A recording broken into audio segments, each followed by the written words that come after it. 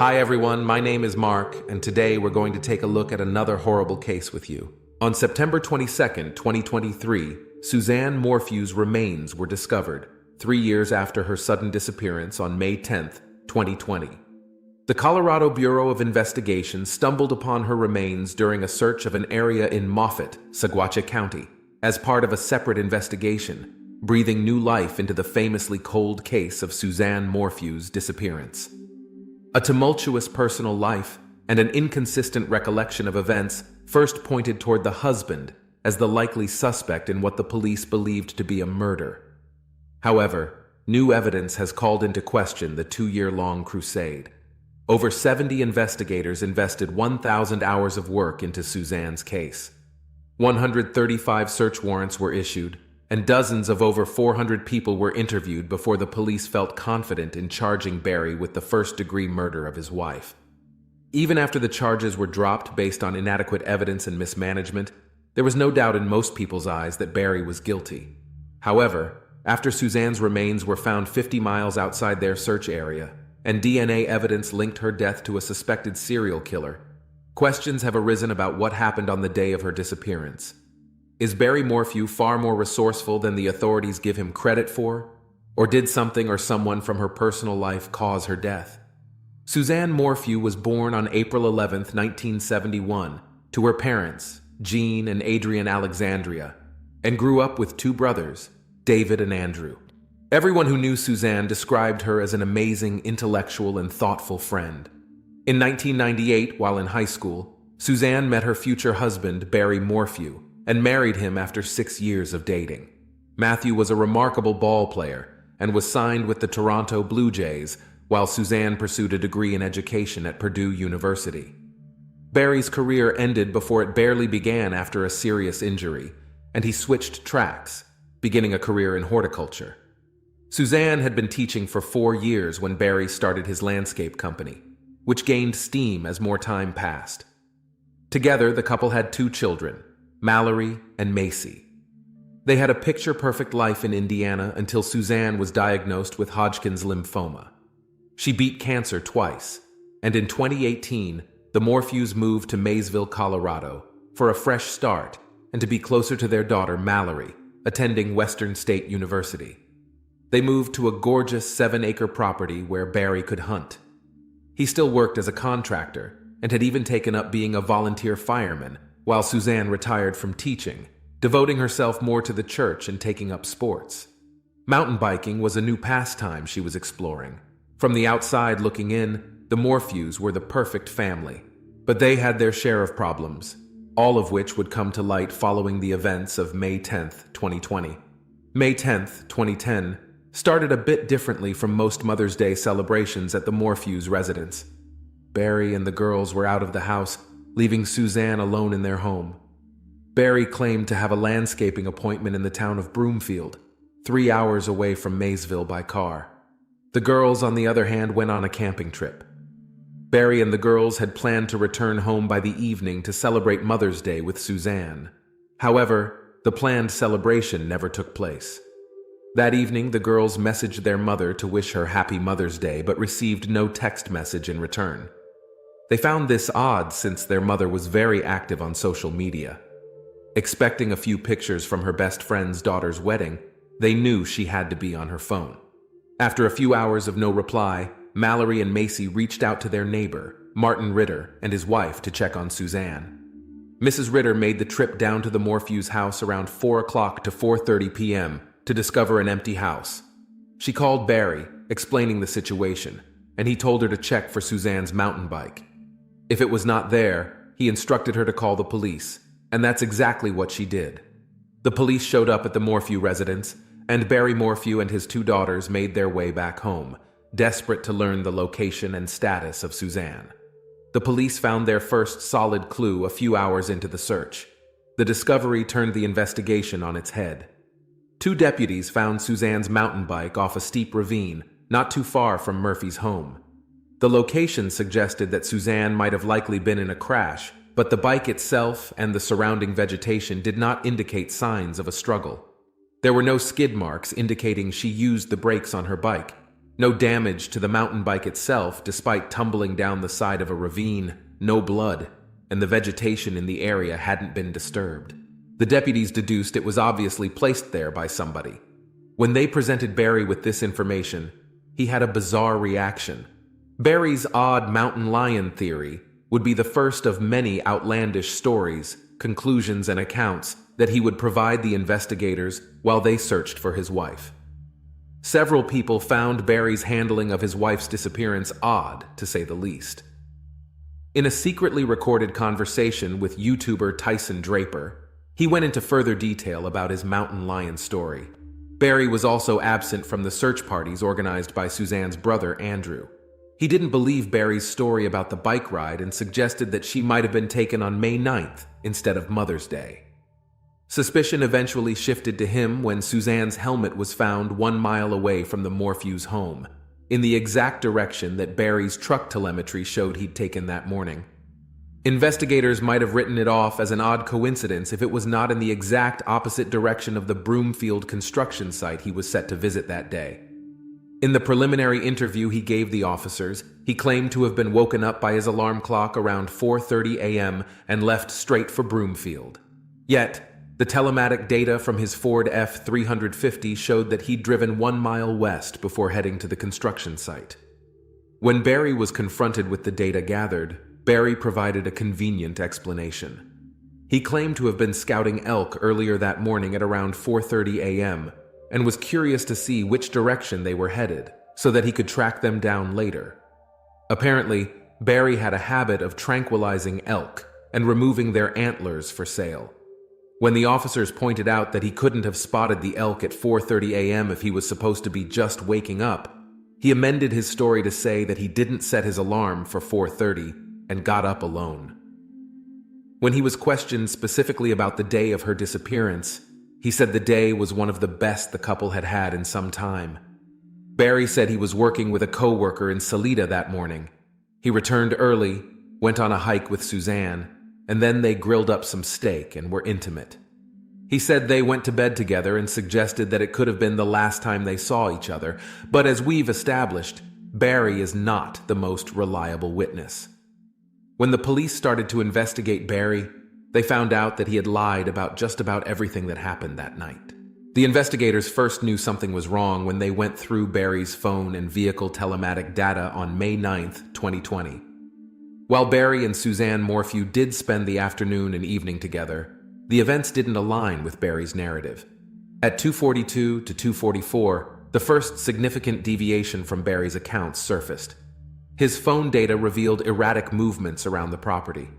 When confronted by investigators, he said that he was likely hunting chipmunks with tranquilizers. At 2:47 p.m., Barry switched his phone to airplane mode, maintaining it until 10:17 p.m. Even the steak dinner he claimed to have shared with his wife was thrown into doubt. Investigators found only one dirty dish instead of two, and later that night, more peculiarities emerged on the Morphew property.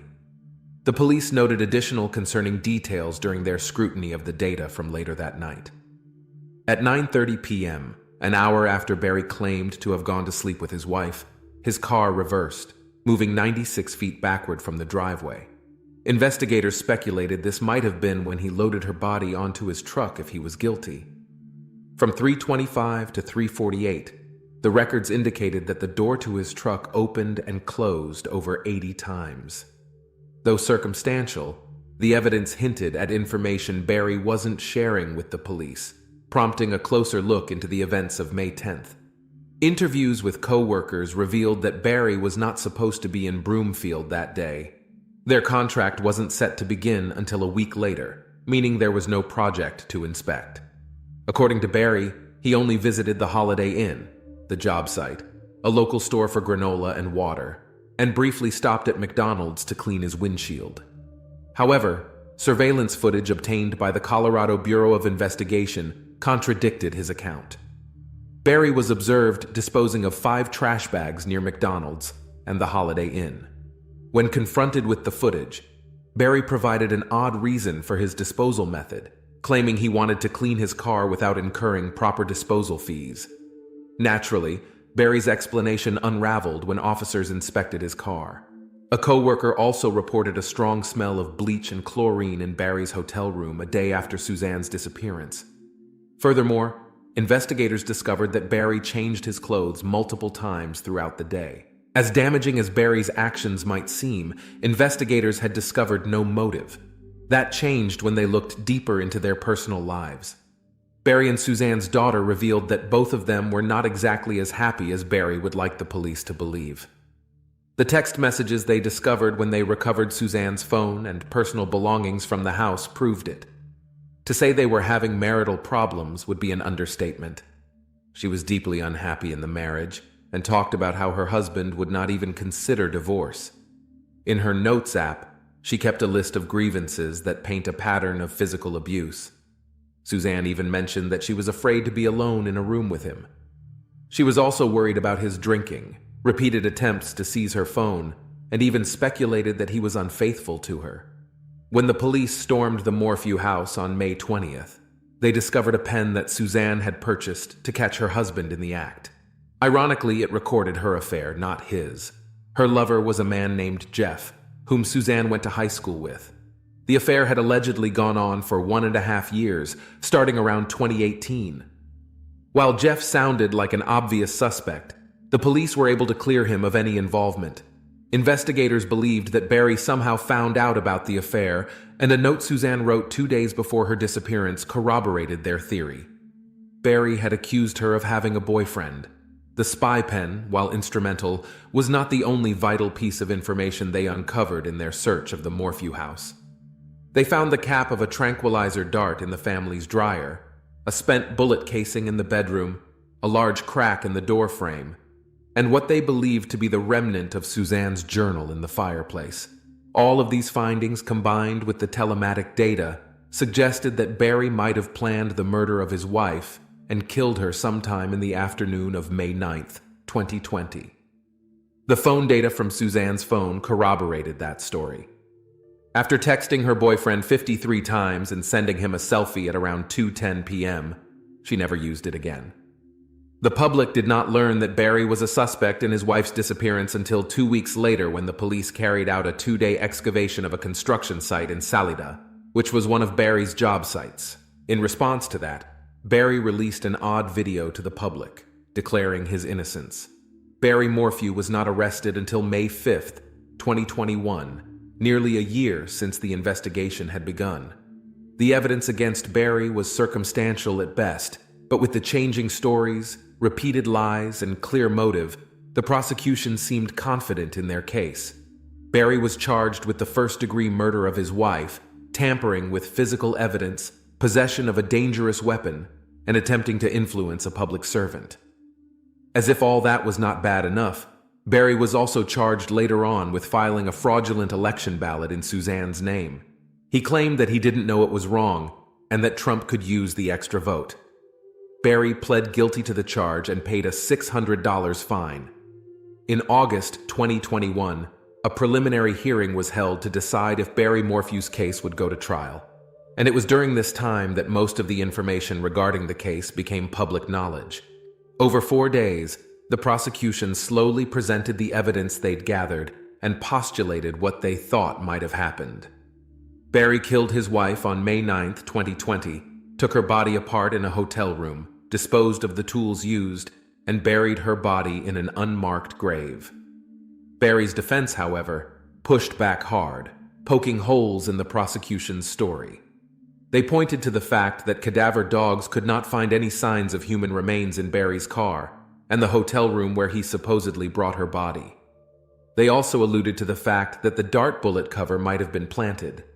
There were visual inconsistencies in the pictures taken of the dryer. One showed that the cap was in the dryer, and another showed that it wasn't. The defense also stated that it would have been impossible for Barry to have used his dart gun to aid in the alleged murder since it was broken at the time. However, the defense team's smoking gun was the partial DNA they discovered in Suzanne's Range Rover and on her bike helmet, none of which matched Barry. What made the discovery such a big deal was that the DNA found in her car matched the ones found in 3 unsolved sexual assault investigations in Chicago and Arizona. raising reasonable doubt. Why was this not brought up earlier? The CBI investigator who collected the evidence went on military leave before he could follow up on the lead. To make matters worse, the defense was never informed of the existence of the foreign DNA matches.